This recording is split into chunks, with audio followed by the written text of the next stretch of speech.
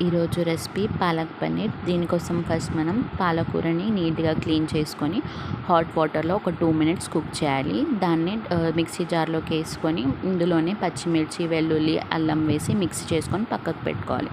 ఇప్పుడు ఒక ప్యాన్ తీసుకొని కొంచెం ఆయిల్ వేసి కట్ చేసుకున్న పన్నీర్ పీసెస్ని వేసుకొని మంచిగా ఫ్రై చేసుకోవాలి.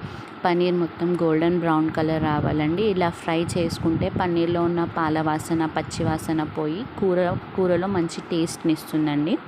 మంచిగా ఫ్రై చేసుకొని పక్కకు పెట్టేసుకోవాలి. ఇప్పుడు సేమ్ ప్యాన్లో ఇంకొంచెం ఆయిల్ యాడ్ చేసుకొని జీలకర్ర, ఆవాలు వేసుకొని ఆనియన్ పేస్ట్ వేసుకొని ఆనియన్ మంచిగా ఆయిల్లో ఫ్రై కావాలి. ఆనియన్ కలర్ మొత్తం చేంజ్ కావాలి. ఇప్పుడు ఇందులో అన్ని మసాలా కారం, ఉప్పు, ధనియాల పొడి, జీలకర్ర పొడి, పసుపు అన్నీ వేసి మంచిగా ఫ్రై చేయాలి. కొద్దిగా సైడ్కి ఆయిల్ రిలీజ్ అవుతున్న టైంలో ఇందాక మనం పేస్ట్ చేసుకున్న పాలకూరని ఇందులో వేసేసి మంచిగా కుక్ కానివ్వాలి.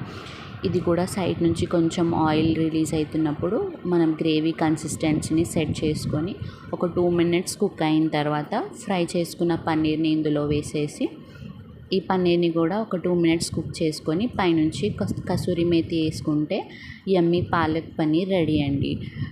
డీటెయిల్ రెసిపీ కమెంట్స్లో పెట్టానండి. ఒకసారి చదువుతూ ట్రై చేయండి. మీకు ఎలా కుదిరిందో కమెంట్స్లో చెప్పండి. Thanks for watching.